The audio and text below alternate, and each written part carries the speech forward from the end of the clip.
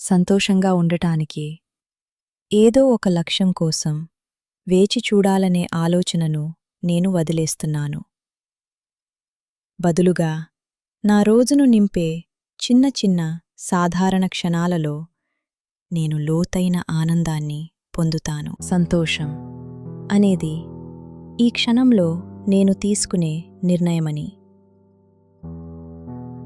నేను గుర్తించాను మరియు నా జీవితాన్ని ఇప్పుడు ఉన్నట్లే ఆస్వాదించడానికి నాకు నేను పూర్తి అనుమతిని ఇస్తున్నాను. నా విలువ నా ఉత్పాదకతతో ముడిపడిలేదు మరియు నేను శాంతి మరియు ఆనందానికి పూర్తిగా అర్హురాలిని. సరిగ్గా జరుగుతున్న వాటిపై నా శక్తిని కేంద్రీకరించాలని నేను ఎంచుకుంటాను.